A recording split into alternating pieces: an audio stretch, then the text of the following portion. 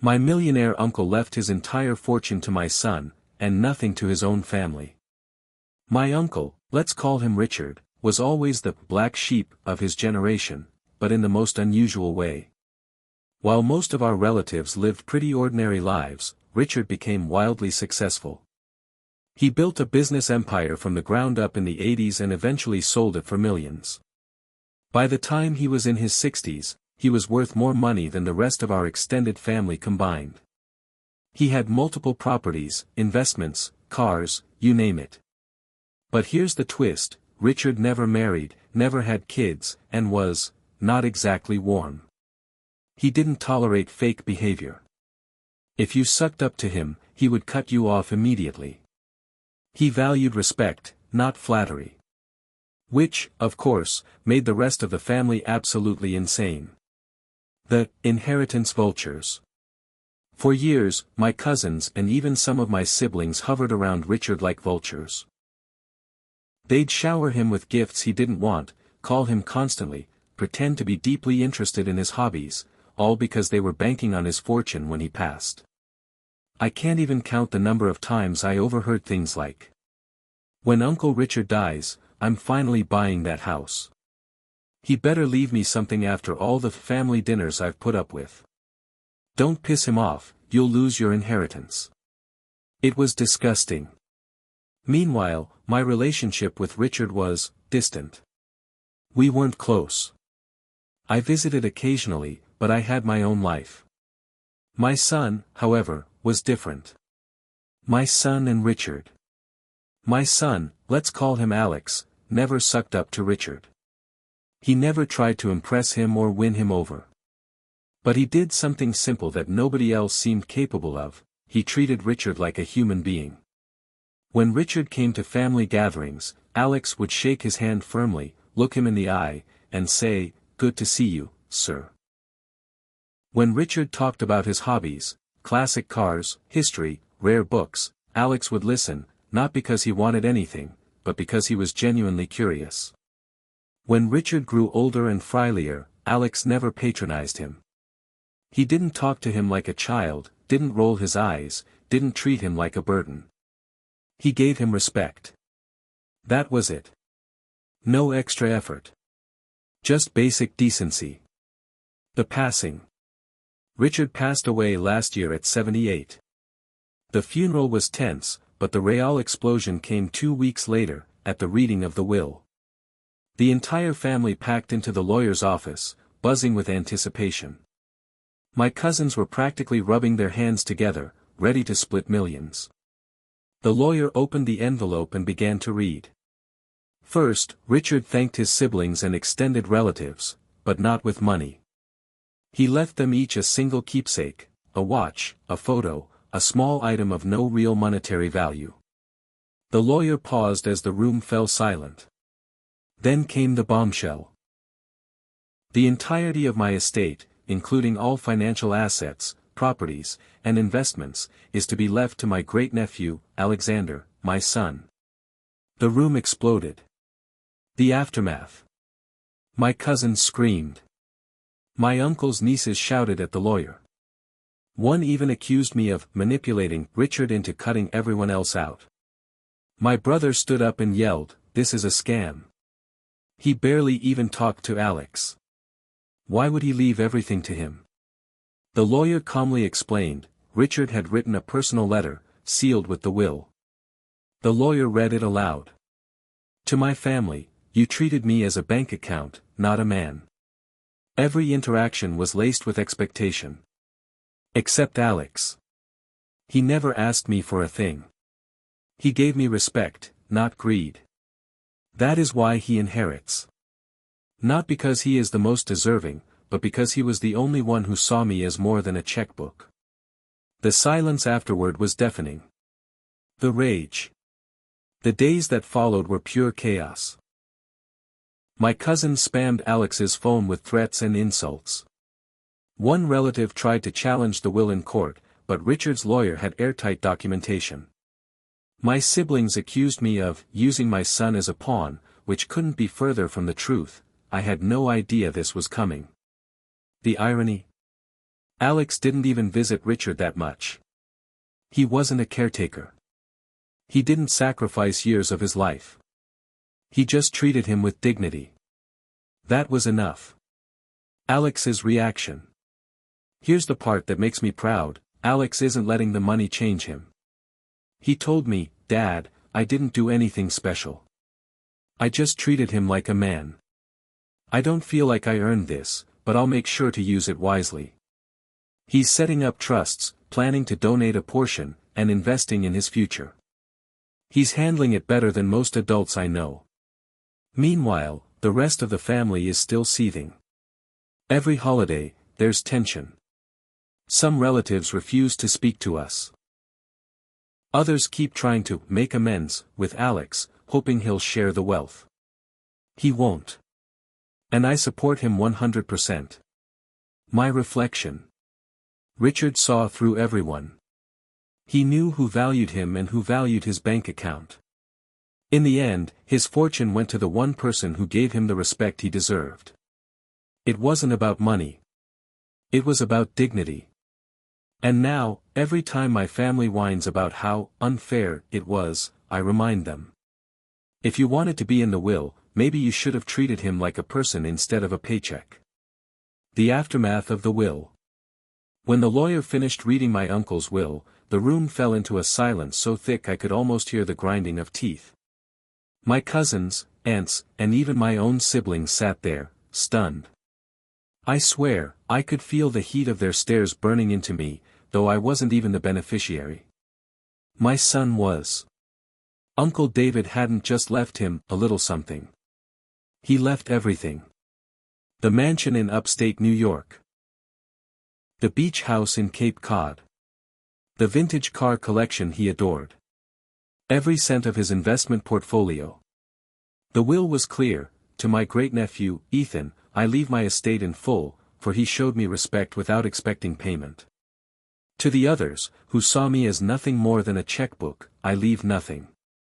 I almost expected him to rise from the grave just to see the looks on their faces. The explosion. The silence didn't last long.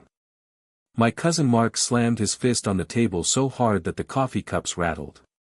"This is bullshit," he barked, his face red. "That brat barely even visited. I was at his house every damn week."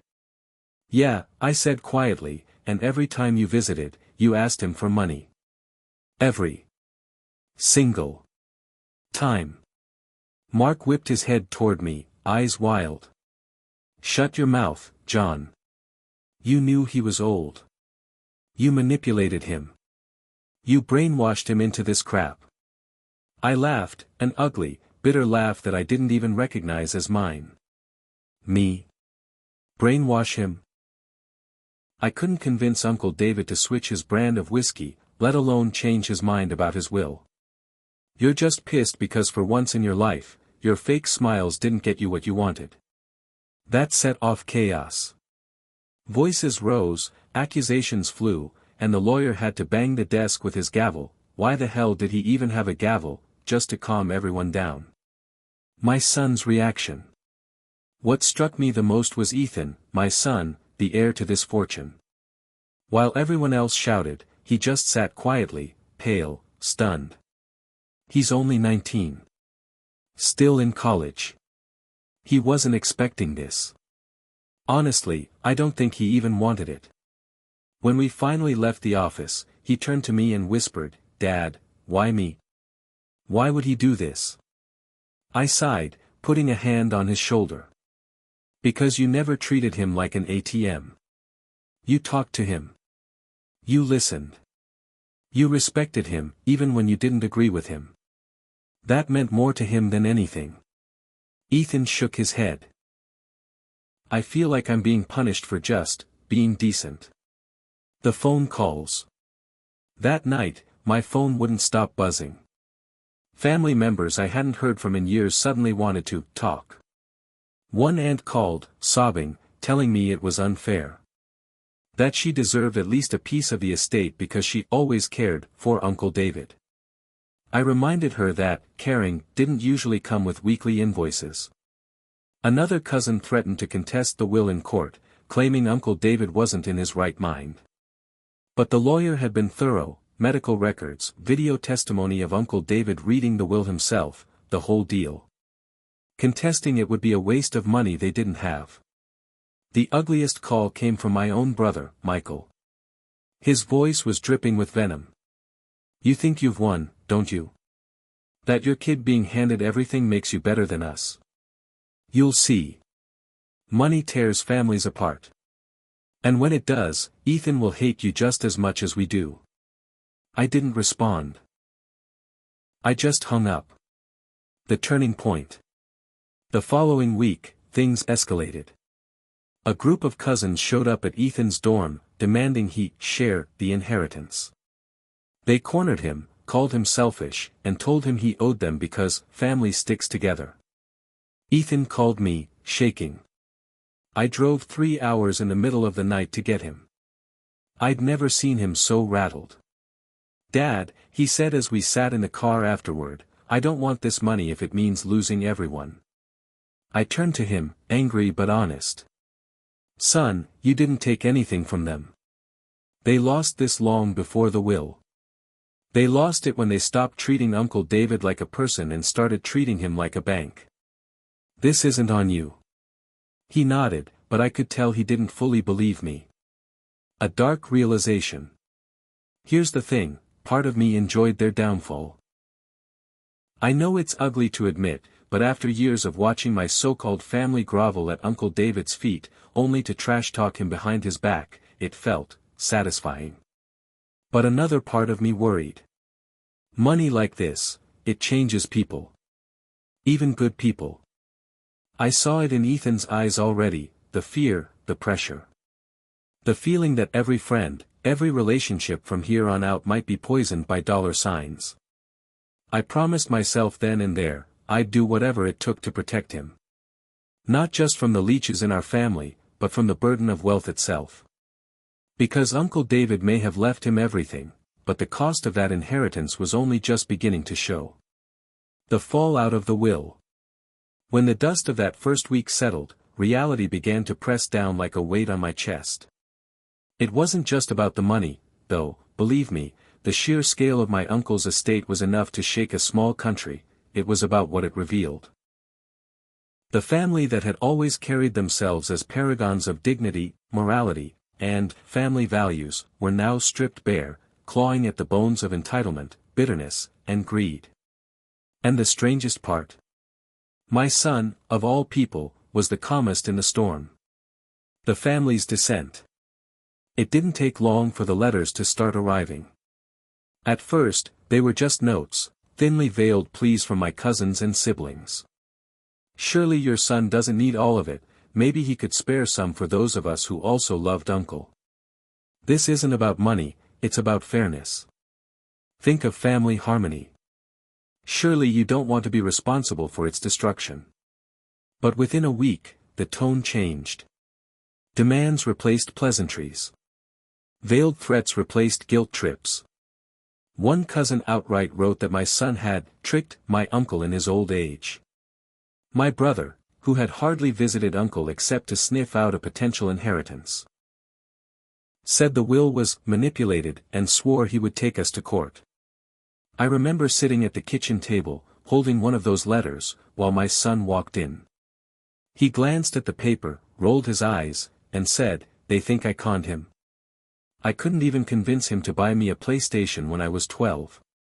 Let them try." The quiet wisdom of a dying man. The more I thought about it, the more I realized my uncle hadn't been impulsive. He'd spent years observing, testing, watching. He'd hosted dinners, extended invitations, made excuses for people's absence, and endured the shallow small talk of relatives who wanted to be in his good graces only so long as his bank account justified it. But when it came to my son, there was no act. No pretense. My boy wasn't perfect, but he had something the others lacked: respect without expectation. He didn't grovel, he didn't beg, he didn't flatter. He simply treated my uncle as a man, not a wallet. And I think that's what sealed it. My uncle had been wealthy for so long that people stopped seeing him. They only saw what he could provide. My son was the rare exception. The court battles begin. As expected, my brother wasn't bluffing. Papers arrived within a month. He and two of my cousins filed to contest the will.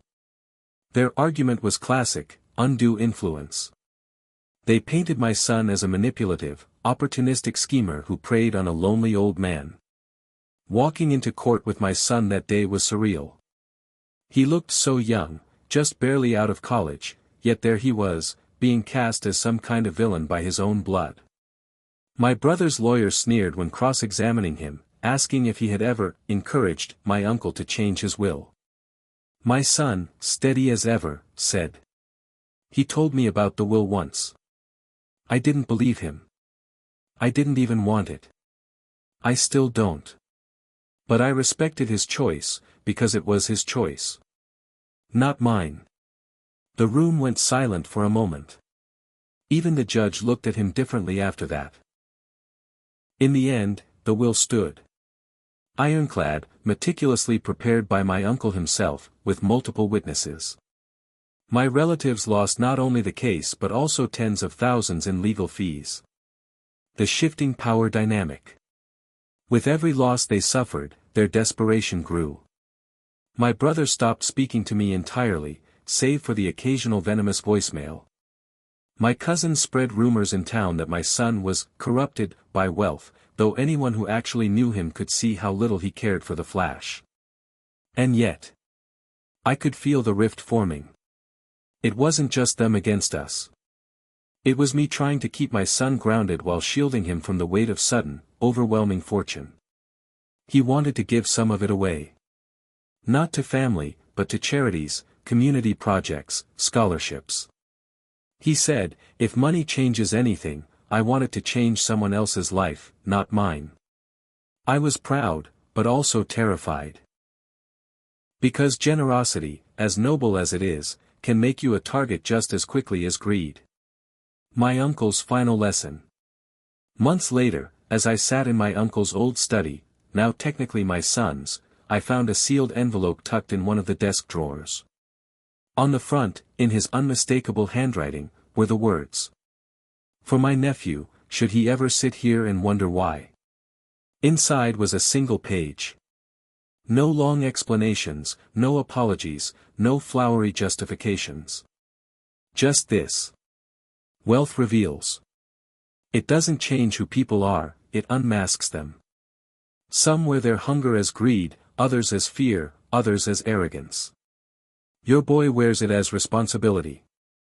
That's why he's the only one I trust with it. Don't protect him from it. Teach him how to wield it. Where things stand now. It's been nearly a year since the reading of the will. The family still simmers with resentment. Christmases are quieter, birthdays lonelier. My son has become both admired and envied, praised and slandered. But every time I worry that this inheritance will consume him, he surprises me. He still drives the same beat-up car. He still hangs out with the same friends. He still works part-time, even though he doesn't have to. And me? I've realized that my uncle's gift wasn't just to my son. It was to me, too. He forced me to see my family without the mask of tradition and loyalty. He showed me who truly loved him, and who only loved his fortune. In the end, his millions may have gone to my son, but the lesson, that was mine. The cracks in the family. After the will's reading and the chaos that followed, things calmed down for a couple of weeks. Or at least, on the surface they did. I could feel the tension brewing underneath every family interaction. My cousins barely spoke to me anymore, and when they did, it was with clipped words and forced politeness. My siblings were even worse. One evening, my sister showed up at my house uninvited. She was pacing in my living room, her voice sharp as glass. You need to convince your son to share, she snapped. It's not fair that he gets everything. We were his family too. I remember sitting there, looking at her, feeling this mixture of anger and disbelief. He left it to my son because he saw through all of you. He wanted his legacy with someone genuine, not people who treated him like a cash machine. Her face twisted. So you think you're better than us now? Because your kid hit the jackpot? That's when I realized, there was no going back. No matter what I said, they would always believe the will was some grand injustice instead of the result of their own actions. The truth is, my son doesn't flaunt his inheritance. He's been humble, respectful, and even considered setting up scholarships in my uncle's name. Meanwhile, the rest of the family just stews in their resentment. The more they glare at us, the clearer it becomes. This inheritance didn't just reveal who my uncle valued. It exposed who we all really are. And honestly, I think my uncle knew that too. My son's decision. A few months have passed since the storm. The anger from the rest of the family hasn't really faded, but my son, he's surprised me. Instead of letting the money change him, he's grown into it. One evening, he sat me down and said, "Dad, I don't want to just spend it. I want to do something that would have made Uncle proud." He started funding a small community center in my uncle's hometown, a place for kids to study, play, and get mentorship. He even named it after him. The look on people's faces when they realized it wasn't just about wealth, but about giving back, was priceless. Of course, when the family found out, they were furious again. They wanted to know why he'd give strangers opportunities when blood was right here. My son just smiled and said, "Respect is earned, not claimed by DNA." That shut them up. At least for now. And I swear, if my uncle were here to see it, he'd be smiling too.